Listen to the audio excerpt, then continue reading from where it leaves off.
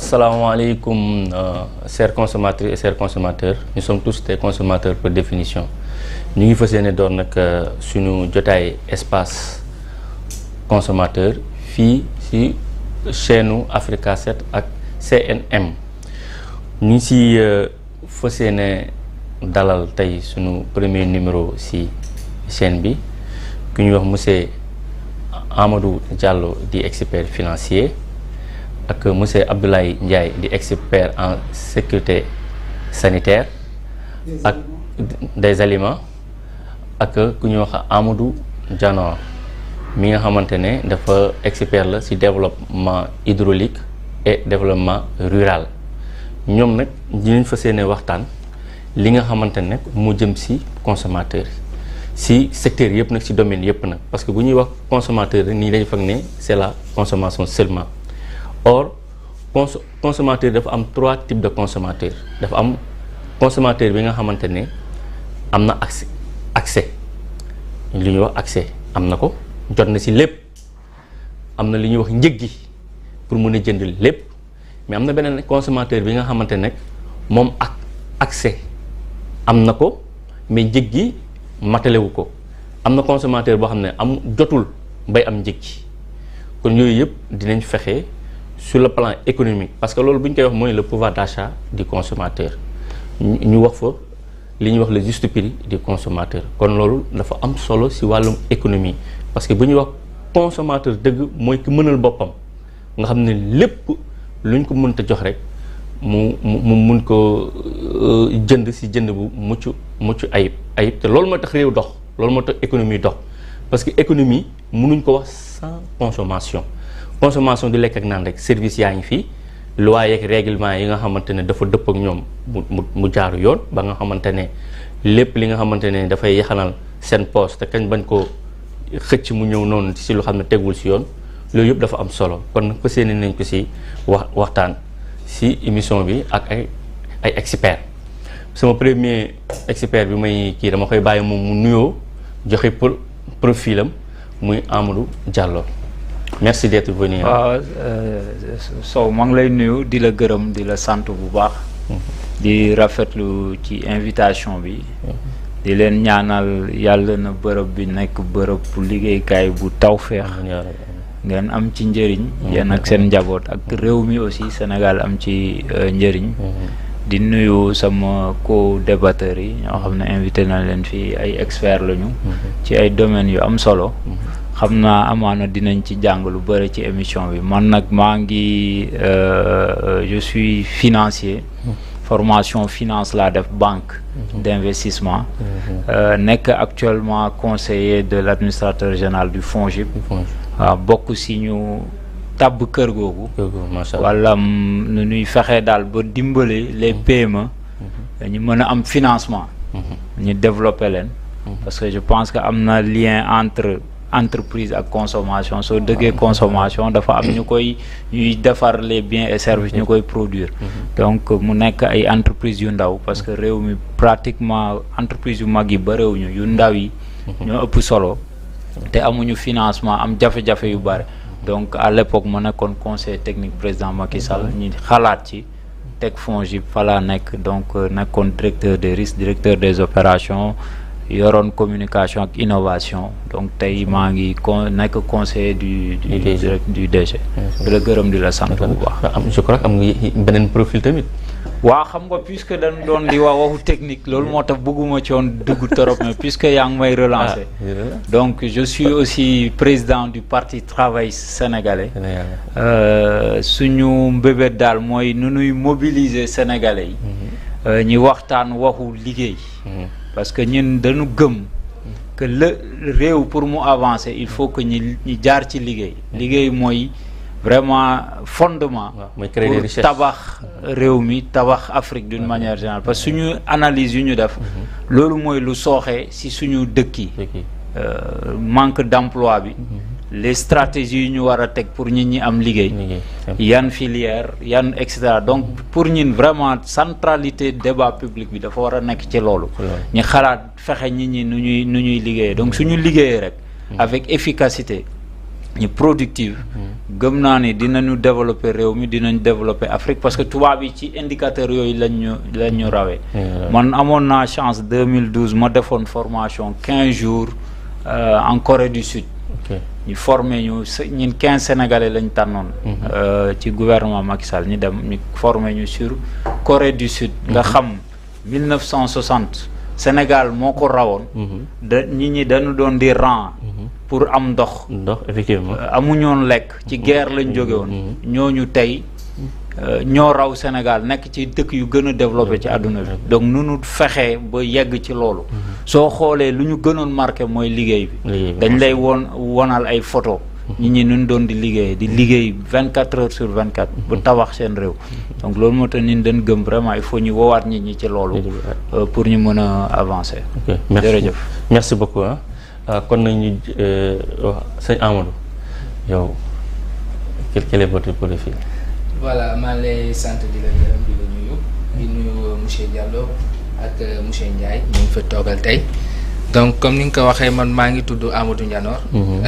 je suis entrepreneur dans le secteur de l'hydraulique et de l'assainissement mais surtout en milieu rural donc lépp loo xam ne mooy difficulté d'accès à l'eau problème d'accès à l'eau lépp loo xam ne mooy problème d'accès à l'assainissement en milieu rural donc dañ ci xalaat di ci liggéey di ci accompagner des privés des particuliers mais aussi des services de l'État comme l'ARD de Saint-Louis comme l'ONG GREC de Saint-Louis aussi yu mel noonu donc si loolu la ñuy liggéey actuellement aussi ñoo ngi liggéey ak OFOR dans le cadre de la délégation service public dans le cadre de la accès à l'eau universel d'ici 2030 effectivement donc di si def ay jéego yu am solo di si def ay liggéey yu am solo di si apporter aussi suñu yenn capacité on peut dire technique d'adaptation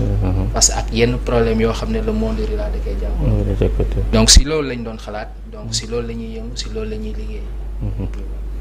donc comme monsieur Diallo l'a dit tout à l'heure mbirum consommation dafa bëri dafa yaatu c'est tellement large c'est défini moom la kenn di waxoon nous sommes tous des consommateurs par définition effectivement donc pour lui dire juste que nous en tant que jeunes entrepreneurs nous sommes consommateurs des politiques de l'État en matière d'accompagnement des entreprises donc loolu tamit c'est un sujet tellement large tellement intéressant xam naa on aura l'occasion vraiment d'en débattre en profondeur. Merci beaucoup et Abdoulaye Ndiaye yow lii nga xamante ne mooy séeréer yi moom lañ gën a yitewoo muy lekk yow yàlla may na la si pour que ñu saytu ma xamante ne consommateur buy lekk du si jëlee feebar xam nga booy lekk da ngay lekk pour wér mais war a lekk pour feebar mooy les conditions d'hygiène pratique alimentaire loolu dafa am solo te yow yàlla si domaine boobu la may tey ñun consommateur yi lan lañ si war a mën a jëlee loo xam ne dafay nekk bonne pratique. waaw salaamaaleykum après votre présentation de profil. maa ngi nuyu d'abord sama co-débatteur yi nekk ci plateau bi. di jiital nuyoo bi ci Alassane maam Alassane mi nga xam ne moo ñu invité fii. pour ñu débattre ci affaire maanaam protection des consommateurs. n'est-ce pas di nuyu sama co-débatteur Ndiaye di nuyu monsieur Diallo. ñëpp ñi nga xam ne ñoo tase fii ci plateau bi. di gërëm aussi déjà ñi ci ginnaaw nekk di yaxanal li ñuy def donc maa leen ciy gërëm bon di gërëm aussi téléspectateurs yu Africa 7 alors man je suis diplômé en génie sanitaire diplômé d'université en analyse de risque et management de la qualité sanitaire et phytosanitaire j'ai un cabinet boo xam ne c'est agréé par l'ADPME sur 2 activités disons la gestion de la qualité avec la mise aux normes environnementales. Je suis agréé aussi par le ministère de la Santé sur d'autres activités concernant, disons, la formation, etc. Donc, je forme aussi des étudiants en QH, à L3 QHSE au niveau de certains instituts comme, bon, je veux pas faire la peu, disons comment dis-je, la publicité plutôt de cette école, mais je forme des étudiants sur l'ergonomie, disons, la qualité, disons, et choses comme l'outil qualité, etc. Beaucoup de choses. Bon. Et aussi, j'accompagne certaines entreprises sur la qualité. Donc li nga xam ne par exemple moom laa bëggoon a indi fii parce que on a parlé de protection des consommateurs boo déggee protection des consommateurs aussi il faut la gestion de la santé parce que comme ni nga ko waxee on ne doit pas consommer pour en tomber malade mais aussi pour consommer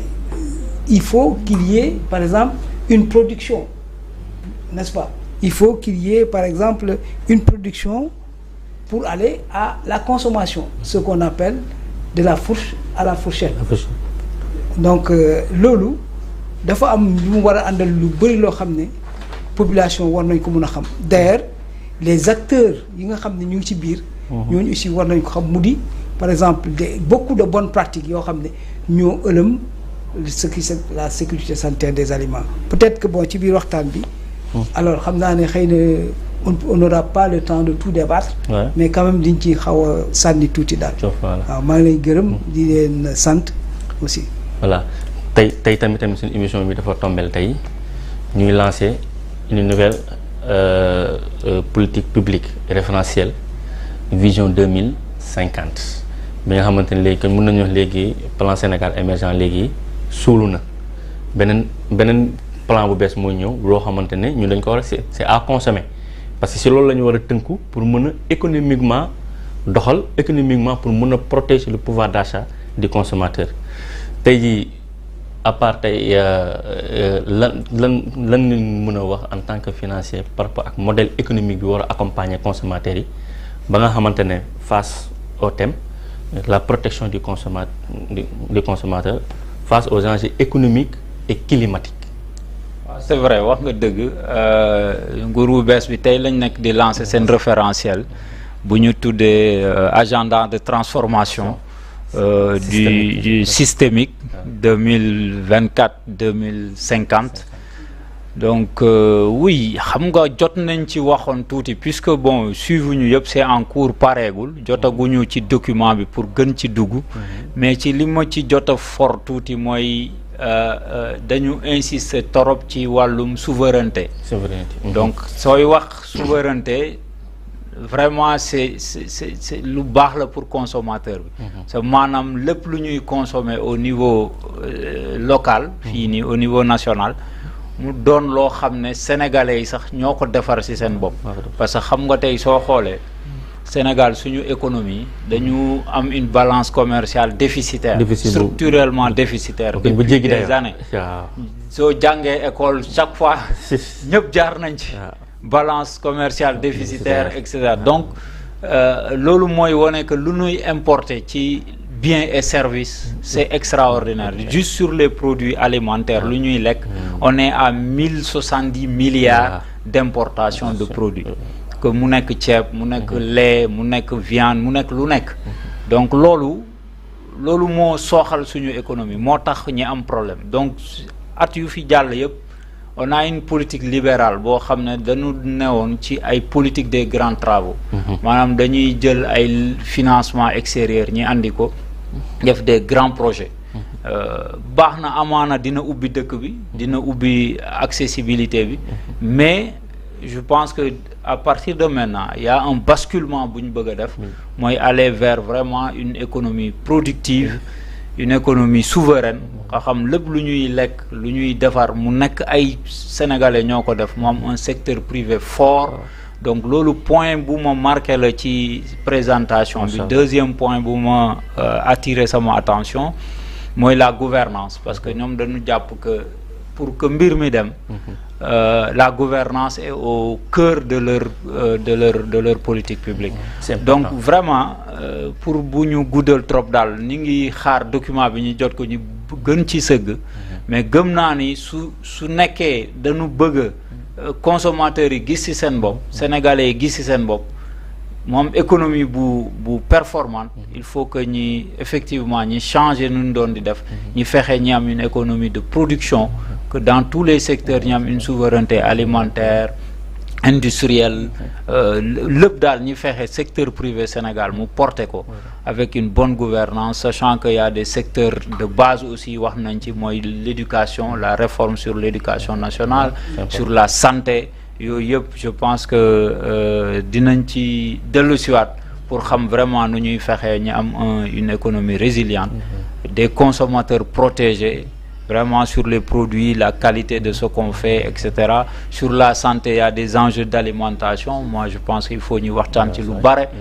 Nu ñuy lekkee ci réew mi man pour man baaxul parce que éducation culinaire culinaire c'est très important. Loolu moo tax li sa émission bi mu am solo man mu neex ma mu ñëw fii parce que dañuy sensibiliser consommateurs yi. Soo xoolee les maladies chroniques yu ñu commencé am diabète, hypertension, cancer, lu bare ci réew mi c'est l'alimentation, obésité, etc. Donc vraiment c'est important que émission bi ñu jox ko gëddëm. Loolu plaidoyer yu ñuy def la pour ñu mën a sensibiliser Sénégalais yi. Donc vraiment agenda bi daal ñu ngi xaar ñi décliner gën ci dugg. Sur le financement aussi il faut ñu wax ci ñoom nu ñuy financer seen programme, parce que ils ont évalué, je pense que sur le programme j'avais vu 18 000 milliards yoo xam ne sur 5 ans yoo xam ne dañ ko war a mobiliser. Nun koy mobiliser parce que ñi ngi dem le premier ministre Ousmane Sonko gënoon na ne dette bi c'est encore plus élevé que lu ñu yaakaaroon, déficit budgétaire bi dafa ëpp. Donc su nekkee dañu war a wàññi le train de vie de l'État, wàññi les investissements derrière aussi ñu war a dem wut xaalis, y a vraiment une contradiction bu fi nekk boo xam ne loolu moo tax sur ce point luñ bëgg a def baax na. Xam nga ñun loolu lay wax souvent Sénégal du point de vue théorique gëm naa ni am nañu ce qu'il faut. Le programme même PSE dañ koy critiquer mais soo xoolee il parle de transformation, mais bien sûr le programme Sénégal émergent, le premier axe c'est la transformation structurelle de l'économie. Mooy ñu jóge woon ci économie boo xam ne c'est du commerce, c'est plus de services informels, ñi dem vers une production, une économie productive dans l'agriculture, dans les mines, dans l'artisanat, etc. Deuxième axe bi c'était le capital humain. Ñoom tamit am nañu benn axe, c'est le capital humain. Donc moi je trouve que vraiment globalement on est sur les mêmes schémas. Maintenant challenge bi fan lay nekk mooy nu ñuy financer ak nu ñu koy dérouler, parce que souvent on a un problème de mise en œuvre dans notre pays. Loolu moo tax organisation bu ñu war a teg, acteurs yi nu ñu leen di animer pour que vraiment ñi am ay résultats. Loolu mooy difficulté réew mi. Donc loolu laa ci mën a sànni pour kaddu. Voilà. D'accord. kon yow bu ñu la dégloo mooy sur le plan économique il nous faut un modèle économique adapté au pouvoir d'achat des consommateurs. Waaw, le modèle économique mooy la souveraineté, parce que suñu produire localement rek. boo xam ne sur le plan local la ñuy produire inclusif nga xamante ne au moins les consommateurs ñooy porter ce modèle là ñoo koy financer. Exactement, ñoo koy financer porter ko seen bopp. Waaw, sinon bu fekkee dañuy yaakaar tout le temps extérieur pour se développer, souveraineté économique amagul. 1070 milliards rek. Loolu ñaata entreprise sénégalais ñoo ci mën a développer wu. Mën ci tedd mën ci, parce que consommateurs aussi en réalité c'est les entrepreneurs, c'est les pères de famille, c'est les employés, etc. C'est tout le monde. Donc suñu bañee yóbbu 1070 milliards dañ nag di exporter ay liggéey di ko jox ñeneen ñi. Loolu suñ ko liggéeyoon fii, mais le consommateur non seulement day am pouvoir d'achat, mooy liggéey, ñun loolu la ñuy woote mooy liggéey, fexe ku nekk mu am liggéey bu décent, bu durable. De ce fait que moom dina am pouvoir d'achat mu mun a consommer. Donc lépp lié wu. Le modèle économique daal bu ñu présenté ñun gëm nañu c'est le bon modèle. Et je pense que mbébét boobu la ñu fi newoon am aussi. Mais malheureusement dans la mise en œuvre foofu la ñuy xaar les politiques publiques. Challenge bi foofu la mooy nu ñuy organiser état bi pour que fonds yu ñuy lever ñu mun ko def fu ñu ko war a def nu ñuy organiser secteur privé bi parce que secteur privé Sénégal aussi ñu ante dëgg y a des difficultés ils ne sont pas forcément organisés on a des problèmes de formation on a problème d'investissement leadership même d'outils etc. Il y a beaucoup de choses donc nu ñuy organiser pour régler loolu moom entrepreneur la xam naa dina ci dellu si financement bi nu ñu leen di financer nu ñuy amee les outils pour ñu mën a liggéey dañuy wax qualité nu ñuy fexe ba am des produits de qualité des produits compétitifs parce que su nekkee dañ la ne yow produire sénégalais te looy produire baaxul mais ñi dañuy continuer di importer donc ça c'est des enjeux donc loolu moo tax pour man vraiment modèle bi am nañ ko mais nañu xaar mise en œuvre bi man foofu laay xool surtout les actes que les gens poseront pour le Sénégal même lan mooy expliquer depuis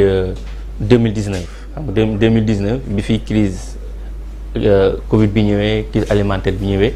dañuy gis ne suñu produit locaux léegi moo gën a seet que les produits ñuy importés. loolu dafa bokk ci effectivement analyse bu ñu def mooy la compétitivité de l'économie loolu la ñuy wax économie compétitive soo amul économie compétitive lu muy jur mooy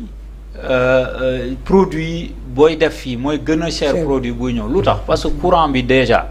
les facteurs de production courant bi dafa cher biir Sénégal énergie dafa cher donc énergie dafa bokk ci loo xam ne mooy tax moteur de développement la ba produire donc sooy defar tey jus de mangue sooy defar bien booy defar da ngay utiliser courant bi su chéré produit day cher donc ça c'est un problème le problème aussi des infrastructures dem dikk bi le transport dafa cher donc il y a beaucoup de choses yoo xam ne ay facteur humain bi aussi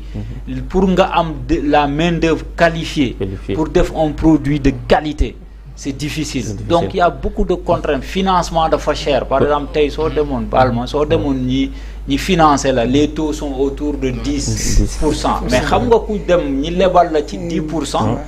déjà c'est un problème donc yooyu yëpp moo tax ba suñu économie compétitive donc soo demee defar produit rek soo moytul produit boobu day gën a cher produit bu ñu importé donc loolu moo tax dañu war a liggéey ci facteurs yooyu pour ñu mën a dimbale les entrepreneurs sénégalais ñi def ay produits de qualité mais à un prix compétitif mais il y a aussi le problème de la disponibilité de la matière première pour produire il faut avoir de la bonne matière première de qualité mais Sénégal tel n'est pas le cas parce que en 2025 on a fait la situation alimentaire du Sénégal dañoo gis ne 14% maximum la gars yi di parvenir à transformer localement dans ce pays 38% day yàqu les plus de 40 day génn réew mi mais loolu état bi lan la si war a def pour que cette manne financière cette production mooy problème d'accès en fait amuñu problème sax soo xoolee matière première am na mais le problème d'accès loolu moo tax loolu yëpp ci compétitivité économique la mooy infrastructure yi loolu mooy nooy fexe ba nit ki mu mën a dem jëli produit bi fu mu nekk soo jëlee Casamance tey la mangue elle existe am na production soo jëlee noix de cajou mooy kii bi ndaamaraas bi am na mais pour nga dem jëli ko fu mu nekk nga andi ko transformer ko man accompagner nañu à Sédhiou je me rappelle à l'époque benn unité de transformation de Ndamaras mais problème bu mu amoon mooy courant bi dafa cheroon mais même pour mu am matière première bi dafa compliqué parce que les producteurs dañuy préférer indiens yi suñu ñëwee ñi jaay leen noix bi à un prix par exemple kilo bi 1000 francs alors que moom su ko jëndee prix boobu mais il peut pas s'en sortir donc yooyu yëpp mooy ce que nguur bi lu mu war a def mooy ñi fexe ñi am énergie bu doy à un prix très très raisonnable ñoom wax nañ ko puisque que ils ont utilisé le gaz parce que yàlla def na Sénégal am na gaz donc dañ koy jël toggaat ko courant mu wàññi prix yi donc gazoduc bu ñu war a jël ci gaz bi bu nekk andi ko biir Sénégal donc loolu day tax ñi wàññi prix bi ñi fexe loolu déjà loolu rek suñ ko defoon lu bare la. maintenant ñi jël ay réformes yoo xam ne dinañu fexe suñu matière première yi duñ ko yóbbu directement. noix de cajou bi dañu war a taxer de telle sorte que jaay ko localement mooy gën a intéressant pour génne ko réew donc producteurs yi aussi ñi gis leen accompagner leen parce que nit ki aussi su nekkee da ngay produire ben fooy gën a am xaalis rek foofu ngay yóbbu sa produit mais nu ñuy fexe ba vraiment donc yooyu daal pour man nit ñi Sénégal souvent xam nañu ce qu'il faut maintenant nun koy defee coow li yëpp foofu la te administration bi tamit réforme ñu war a def pour administration bi accompagner les consommateurs loolu yëpp daal man pour man ci mise en œuvre bi lañ leen di xaare mooy le choix des hommes aussi waxoon na yàgg nañ ko wax mooy le choix des hommes qui vont conduire le projet loolu moo tax l'appel à la candidature ñin dañ ci lancé waat état bi du question politique vraiment parce que dañu gëm que loolu mooy tax aussi seen programme bi ñu réussir ci la mise en œuvre parce que dina tax ñi tànn sénégalais yu mën a liggéey yu xarañ ñu mën a dérouler programme bi parce que souvent loolu def na défaut ci politique yu ñu am fii Sénégal dañuy tabb ku n'importe qui dans n'importe quel poste mooy andi parfois du ñu am ay résultats. Merci beaucoup mais Abdoulaye en tant que expert secrétaire sanitaire des aliments au-delà de la production locale de produits jógee bitim réew di ñëw ci marché local bi est-ce que norme bi ci war est-ce que état bi taxaw na ci ñu wartal ak loi yeeg règlement yi xam ne moo war a mën a accompagner ba ñu mën a protéger consommateur bi yan bonne pratique nga ñu ci mën a baaxee. waaw d'abord damay gërëm état bi parce que état bi mi ngi def si kéemtilaayu kàttanam ci biir loolu. gis nga produit yi jógee bitim réew amul benn boo xam ne day dugg fii te jaarul par exemple à la direction du commerce ba ñu càmbar ko xool ba xam produit bi est-ce que mën na dugg wala est-ce que produit bi am na qualité yëpp pour Sénégal yi mën ko consommer. foofu déjà. foofu dama lay appuyer foofu parce que am na direction boo xam ne mu ngi tudd division pour la protection des consommations boo xam ne am na ku ñuy wax monsieur Bakary Ndiaye moom moo nekk chef de division boobu noonu. de passage ñu koy nuyu gis nañ taxawaayam ak liggéeyam parce que ñoom ñu joxe DIPA yi ba pare képp koo xam ne joxuñ la DIPA ngay di fi produit infraction la jaarale ko ci ñoom moo tax il faut tamit des fois Sénégal yi comprendre am na yenn produits frauduleux yoo xamante ne. ministère bi voilà autorisé wuñ ko c'est-à-dire yaa xam nga ce qu'on dit souvent dañ ne nos frontières sont poreuses et que y a produits yu bëri yi nga xam ne par exemple dafa ñëw fii te nekkul ci norme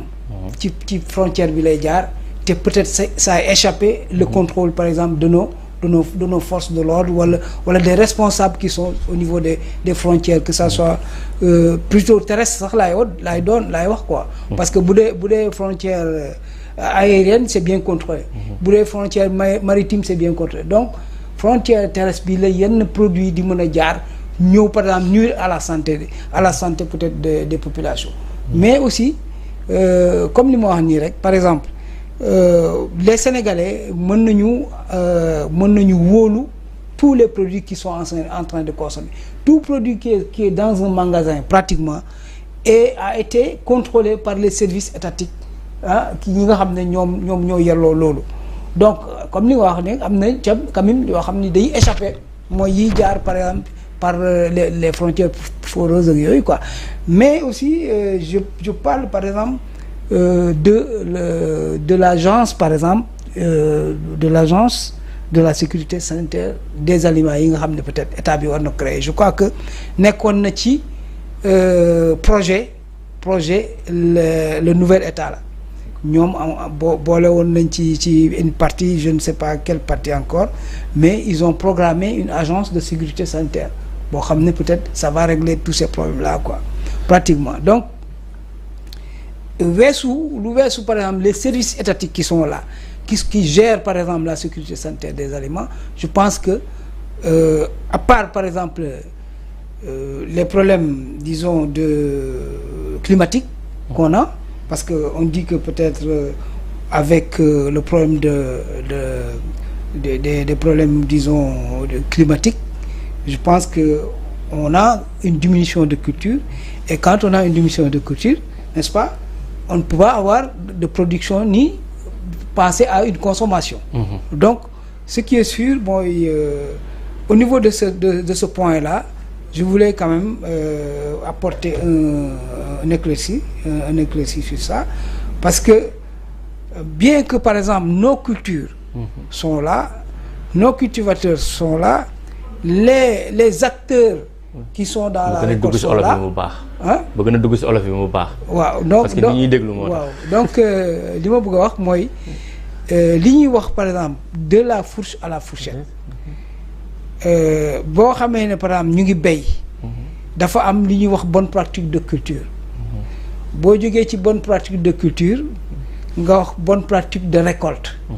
nga jógee foofu wax bonne pratique de transport nga jógee foofu wax bonne pratique de stockage ah nga jógee foofu wax bonne pratique de, n'est-ce pas, de d'écoulement mooy distribution le système de distribution waaw distribution sax laay mën a wax quoi bon terme yooyu nag xam naa mënu ma ko wax ci olof mais je pense que dañuy comprendre. Donc sur ces accompagnements de bonnes pratiques pratiquement il y a des ingénieurs, il y a des experts qui sont tout autour pour, n'est-ce pas, accompagner ces agriculteurs-là. Surtout que peut-être on parle de la fourche à la fourchette, donc ce qui sera à la fourchette peut-être sera un peu quand même meilleur. Donc on aura peut-être pensé à, disons, à une bonne santé humaine, de la sécurité et la sûreté des aliments. Il y a deux choses, la sécurité et la sûreté des aliments. Et tout dépendra de voilà léegi ne il faut que sûreté ak sécurité des éléments nuance bi mu am ñu expliquer ko téléspectateurs yi ñu mën a comprendre lan moo ci bonne pratique mais ñaar yëpp bonne pratique la. Voilà. Parce que lu sûr mooy lu wóor. Ah sécurité alimentaire mooy li nga xam ne par exemple ci fànn yëpp xool nañ ko ba nga xam ne sécuriser nañ ko maanaam xamul nu mu koy waxee ci olof daal. mooy daal processus yi nga xam ne topp na ko. waaw ba yéeg produit. final. waaw mooy que respecté nañ lépp nga xam ne norme sanitaire la. mooy norme sanitaire voilà c'est ça. Et même les normes internationales. yi nga xam ne peut-être concerne na nos produits alimentaires. Parce que nous ne vivons pas dunduñu uniquement ci norme sénégalaise. Norme nationale non. ñu ngi ci norme nationale et internationale. yoo xam ne am na norme internationale xam ne dañu indi pour adopter ko. Effectivement. par l'ASN mooy association sénégalaise de normalisation. Donc yaa ngi may c'est vrai que yaa ngi may gàgganti donc pratiquement loolu laa bëggoon a xaw a yokk tuuti pour dire que peut-être il y a certainement une qualité sur ce que nous mangeons. Parce que man je touche du bois musuma dégg ne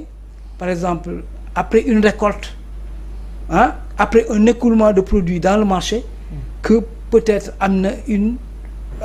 intoxication alimentaire provenant de ces produits-là. Les seules intoxications alimentaires yi muy am c'est la restauration collective, soit mu am ngénte wala peut-être par hasard au niveau de nos universités etc. Donc loolu mooy am peut-être par défaut de conservation des aliments. Aussi ça c'est important. La conservation des aliments est importante. Parce que dafa am na ñuy wax réfrigération. am na ñuy wax congélation. etc. Donc yooyu yëpp ay termes yoo xam ne peut-être bon mënuñ ci gas ci biir parce que c'est trop scientifique. Mais Sénégalais bu nekk am na frigo am na congélateur. Effectivement. xam na li muy dugal ci frigo. xam na dugal ci congélateur mais boo demee marché ba. jigéen ñi ñoo la gën a xam jën bu baax. jigéen ñi ñoo la gën a xam yàpp bu baax. tu vois parce que am na façon boo xam ne jën bi boo ko jëlee. xool ci bët yi xool ci caaxoñ yi. di nga xam dëggam jën bu bees la wala jën bi baaxul. boo xoolee yàpp bi aussi. souvent on dit ñu ngi wax ne si yàpp tabaski. gars yi dañuy bugg ci tàngaay bi or yàpp bi da nga ko war a bàyyi benn moment. ba mu war a doon une viande consommable. Ça sama mbokku vétérinaire yi duñ ma weddi. Tu vois donc en tout cas ñun sénégalais je pense que mun nañu dalal suñu xel tuuti. Parce que lu mu bon ñi nga xam ne ñu ngi féete ci wàllu corriger ñi nga xam ne ñu ngi féete ci wàllu sàmm li ñuy dugal suñu biir ñu ngi ci bu baax parce que biir ci boppam du fermeture amul fermeture lu ci xas a dugg amul ne man de xasaa lekk lii xaaral ma génne fi ma ubbi fermeture bi génne waat non loo ci xas a lekk loo xam ne peut-être musiba la je pense que aussi mën na la lor. bon mun naa yemagum foofu. en attendant parce que boo xoolee parole bi quoi. voilà parce que boo xoolee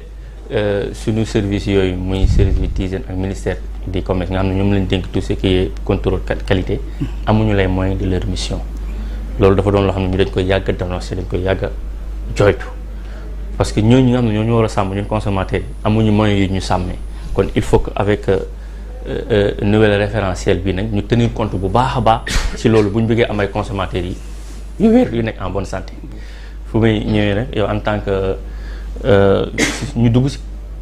carrément ci défaillance climatique bi dafa am impact négatif bi muy def ci consommation bi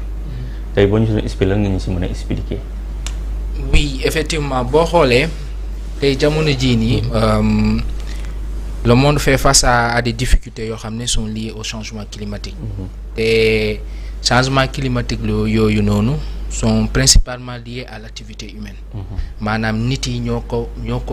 indi. maanaam activité nit yi. moo jur loolu la les mauvaises pratiques. Ça peut être intentionnel comme ça peut ne pas être intentionnel. maanaam boo xoolee après on était obligé de produire pour pouvoir consommer. dañoo tolloon foo xam ne nit yi dañoo soxla woon. consommer donc on avait besoin de produire léegi besoin boobu noonu mooy indi nit yi di ut nu ñuy consommer en grande quantité nu ñuy produire en grande quantité donc avec ça on a eu des expériences am nañu ay expériences ay entreprises yoo xam ne dañ ciy liggéey comme la fameuse entreprise Monsanto ñu ngi koy dégg ci ay scandales yu bëri au point de vue alimentaire ci ay écocides yoo xam ne am na donc yooyu noonu mooy indi des soucis par rapport ak tey jii nii lu ñu mën a ne des problèmes par rapport à la consommation de ces produits là boo xoolee tamit benn phénomène bu bees bu apparaître ci loolu noonu mooy les OGM. voilà les organismes génétiquement modifiés loolu lan moo ko jur mooy. par exemple da ngay gis dañuy naan fii nii. Après passage wala élévation au niveau de la mer et tout on a des terres salées maintenant. Le climat a subi quelques perturbations l'environnement ou bien la composition du sol a changé en quelque sorte léegi lan la ñuy soxla mooy di juy ay espèces yoo xam ne dañuy résistantes dañuy gën a dëgër ay espèces yoo xam ne balaa ñuy jël 4 mois dañuy jël 2 mois rek yow nga mën a récolter par exemple léegi yooyu noonu xam nga y a des bienfaits y a des bienfaits le produit est là mais le consommateur est-ce qu'il sait derrière que lii nii du loo xam ne c'est naturel dafa doon loo xam ne dañ ko provoquer donc forcément cette consommation là dina indi ay coppinteef si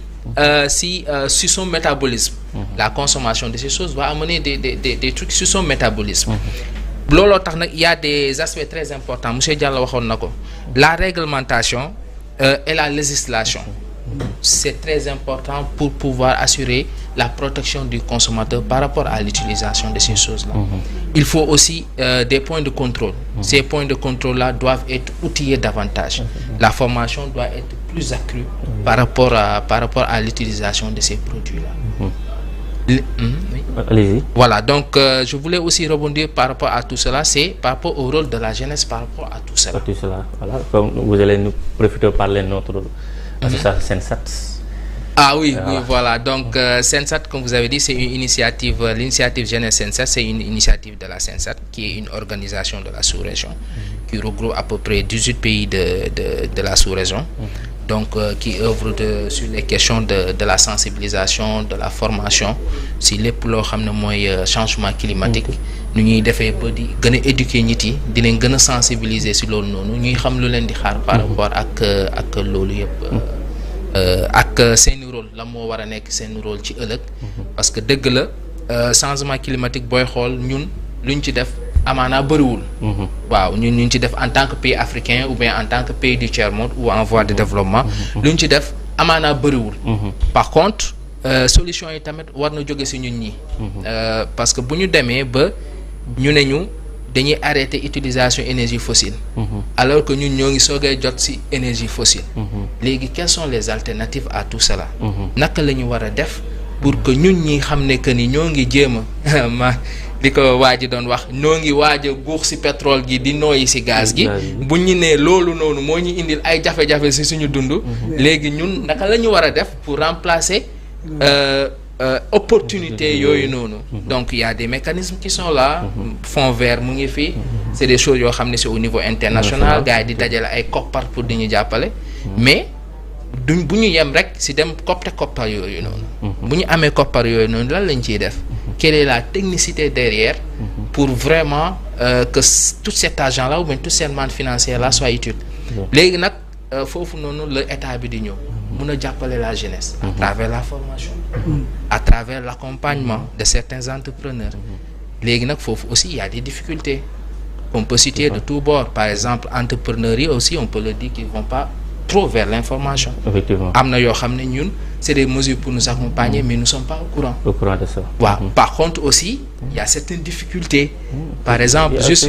l'harmonisation des politiques il y a un problème sur ça aussi l'harmonisation des politiques publiques effectivement il faut que ñu jàppale ñu ñun à consommer cela juste une petite anecdote si vous me le permettez par exemple am na benn une banque où on était avec pour xool accompagnement financement et tout mais boo xoolee les garanties qu'ils nous demandent man personnellement en tant qu'entrepreneur si j'ai ces garanties là je vais pas vers cette banque pour qu'elle me finance parce que bu ma ko amee rek ça veut dire que des fois aussi par exemple en tant que jeune entrepreneur dans le secteur de l'hydraulique on a été invité au 10e forum mondial de l'eau à Bali pour présenter suñu travail au niveau mondial là où il y a tous les experts de l'eau tous les experts de l'eau autant pour moi qui étaient présents mais malheureusement on a eu des soucis d'accompagnement par rapport à nos ministères de tutelle par exemple ministère de la jeunesse ministère de l'hydraulique donc aussi il faudrait que mu am benn truc de collaboration yooyu yëpp pour mu mën synergie des actions pour pouvoir faciliter tout cela noo xam naa ne sunu temps bi dab nañu mais dama lay bàyyi nga tëjee foofu si yéen a ngi préparé COP 29 bi effectivement pour la voix de la jeunesse sénégalaise effectivement fan la si autorités yi toll ak waa seen ça loolu moom dam la si gërëm di la sant si question boobu parce que tey jii nii comme ni nga ko waxee en tant que jeune sénégalais donc ñoo ngi tey préparé wu pour yóbbu baatu jeunesse sénégalaise au niveau de la COP 29 donc ñu ngi ci am benn accompagnement ak le ministère de l'environnement tey jii nii ils nous ont permis quand même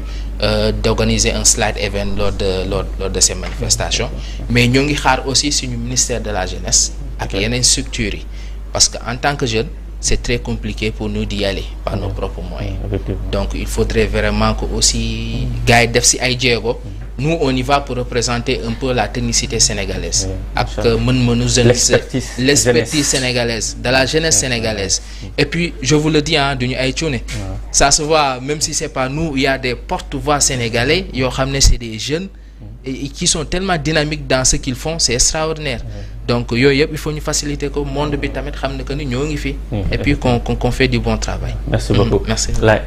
nga ñuy bonne pratique ngay joxaale consommateurs yi waaw li may bëggoon a tëje mooy que actuellement bon balaa ma doon kii sax rapidement rek je veux dire que il y a beaucoup de production yu yàqu ci àll bi pourquoi parce que amuñu des infrastructures yoo xam ne on a parlé de Promoville ñoom ñoo fi nekk pour xam nga da nga war a wax ne producteurs yi dañu war a am accès da ngay jëw produire en Casamance de la mangue affaire yi daanu amuñ fu ñu jaar pour dem pour yóbbu cette production là donc responsabilité état la moom waaw donc loolu problème la mais pour la sécurité sanitaire des aliments je dis toutefois que tout est en bonne voie. On attend une agence de sécurité sanitaire des aliments. Et toi, tu sais... je suis membre du comité national de collecte. Au passage, mon nuyu professeur Amadou Diop ak Madame Ley. Madame Ley et ensuite Babacar Samb. Donc, on est en train d'élaborer un document. Avec Moussa Diaye de la FAO. Avec le cabinet Bioscope. Qui parle de la restauration sur la voie publique. On est parti dans beaucoup de zones, beaucoup de sites. dem nañ marché Dior dem nañ marché Tilène dem nañ gare routière Petersen dem nañ gare routière fële Lat Dior dem nañ comment dire dem nañ Ba Maraîcher Beau Maraîcher dem nañ aussi le marché aux poissons. On a regardé les femmes qui font de la restauration autour am na ñoo xam ne ñu ngi toggee sur place am na ñoo xam ne seen kër la ñuy toggee donc les bonnes pratiques yooyu yëpp dañu am un questionnaire boo xam ne yëpp def nañ ko ci je pense que bu ñu kiiyee bu ñu ci paree. bu ci tollee dinañ ko gën a indiwaat mu gën koy yaatal. waaw te ñi ngi koy càmbar ni ñi koy liggéey ñu ngi ci bu baax te xam naa ne bu paree ça va servir comme ni nga ko waxee rek lañ la ñuy wax sénégalais sur la sécurité sanitaire des aliments. merci beaucoup waaw consommateurs yi. voilà léegi en tant que financier sur mode lan nga ñuy bonne pratique économique. pour maîtrise. xam nga moom daa yaa poche bi waaw poche bi non poche bi moom kooku dañuy def comme séeréer yi rek bañ a génnee quoi. mais ñu génn pour dund. non mais am na li muy wax fii c'est important comme 29 bi vraiment ñi ngi plaider aussi état bi ñi jàppale leen la jeunesse parce que c'est important. Parce que au-delà de visibilité Sénégal da ngay dem jël fa ay xam-xam jël fa mécanisme de financement yi pour ñëw adapter suñu économie par rapport ak changement climatique yi parce que léegi gis nga inondation yi gis nga géej bi mu ngi jël yoon yi y a beaucoup de phénomènes suuf yi soo xoolee soo demee Casamance man waa Casamance la soo xoolee léegi bay fa ceeb sa c'est un problème parce que suuf yëpp am nañu xorom donc vraiment c'est important ñi accompagner leen sur mu ñu mën a am ay financement vert am na des fonds verts au niveau international yoo xam ne yooyu la ñuy financer nos agriculteurs et puis les bonnes pratiques aussi sur l'agriculture par exemple léegi lu xew mooy dañuy développer ce qu'on appelle l'agroécologie maanaam loolu mooy permettre nga defaraat suuf si adapté wu ci climat bi de telle sorte que dinañ def ay produits naturels ay produits biologiques pour mun a am une bonne consommation ci ceeb bi ci produit n'importe quel produit donc vraiment yooyu yu am solo la. Pour terminer rek di ne les entrepreneurs les consommateurs que voilà il y a des outils que l'État a mis en place comme le FONGIP yoo xam ne mën nañ fa jaar ñu financer leen accompagner leen et cetera pour vraiment. mais dafa seen accompagnement itam yombul de. seen xaalis yombut a jot non soo xamee yoon bi rek normalement warul compliqué parce que souvent. Aussi voilà comme nu mu ko waxee l'entrepreneur moo war a dem sur l'information mais bon voilà on espère que dinañ gën a améliorer service yi pour les jeunes et puis pour malheureusement nag fonds yooyu yëpp amul fonds waaw loolu tamit c'est un plaidoyer bu ñu war a def pour l'État du Sénégal puisque ñi ngi lancer seen programme bi loolu ay input yu ñuy joxe la en tant que expérience yu ñu am pour man suñu fonds yi tamit bëriwul xaalis parce que suñu waree wax financement entrepreneuriat c'est dans les déficits bi c'est 600 milliards en moyenne par année bu Sénégal soxla pour les entrepreneurs donc pour nga mun a financer 600 milliards il faut que nga am ay fonds yoo xam ne voilà c'est 200-300 milliards donc te suñu fonds yi en réalité duñu romb demeewul noonu donc loolu c'est un plaidoyer bu ñu war a def pour ñu renforcer fonds yooyu mais ñi defaraat aussi gouvernance bi c'est important procédures yi ñu xoolaat ko en tout cas améliorer liggéey bi mais surtout ñu mën a plaider pour que ñu mën a am ay fonds pour les entrepreneurs. merci beaucoup foofu tam damay wax tamit il faut que tamit ñun consommateurs yi nag yooyu bu ñu ko bëggee mu dund dañ am tamit benn wàll bu ñu ci war a def mooy que l'épargne il faut que consommateurs yi di def li ñuy wax des épargnes productifs bañ des épargnes de consommation mooy fonds yooyu nag ñoo ko war a dundal mooy ñoo war a xool ni ñu koy épargner pour renforcer additionnellement fonds yi pour que ñun ñëpp ñu mun a am lu ñuy wax solidarité économique suñu biir il faut ñu approprier mécanismes yooyu étatique pour mun ko gunge. Voilà. On doit plaider aussi pour la consommation locale, c'est important. Non, c'est la base, hein. C'est la base. C'est la Sénégalais. C'est la base. Consommer les produits sénégalais, c'est très important. Barki démb rek bi ñuy def révision sur la loi sylvo-pastorale, je l'ai dit devant le ministre nee naa ko il faut que ñu ci biir loi bi ñu indi ci loo xam ne dañuy surtaxer notre produit agricole bii génn réew mi. Parce que état mënul jël des centaines de milliards di subventionné dugg si lu ne ay lépp ñu génn ko réew mi di ko jaay. loolu ça veut dire que disponibilité produit produit matière première bi amatul. kon nag il faut que ñu baaree loolu mu jeex. kon li ñu defaloon si waxtu jeex na sax xaabaawal nañ ne première partie la xam naa ne dinañ defaat yeneen émission yoo xam ne di ngeen ñëwaat ñuy remercier suñu téléspectateurs yi ñu doon seetaan di sant bu baax Mamadou Sy Tounkara mi nga xam ne am na prête attention si la cause des consommateurs di remercier waa régie ñaari Abdourahmane yi ak Moussa Lamine di leen wax ne ba semaine prochaine bonne digestion.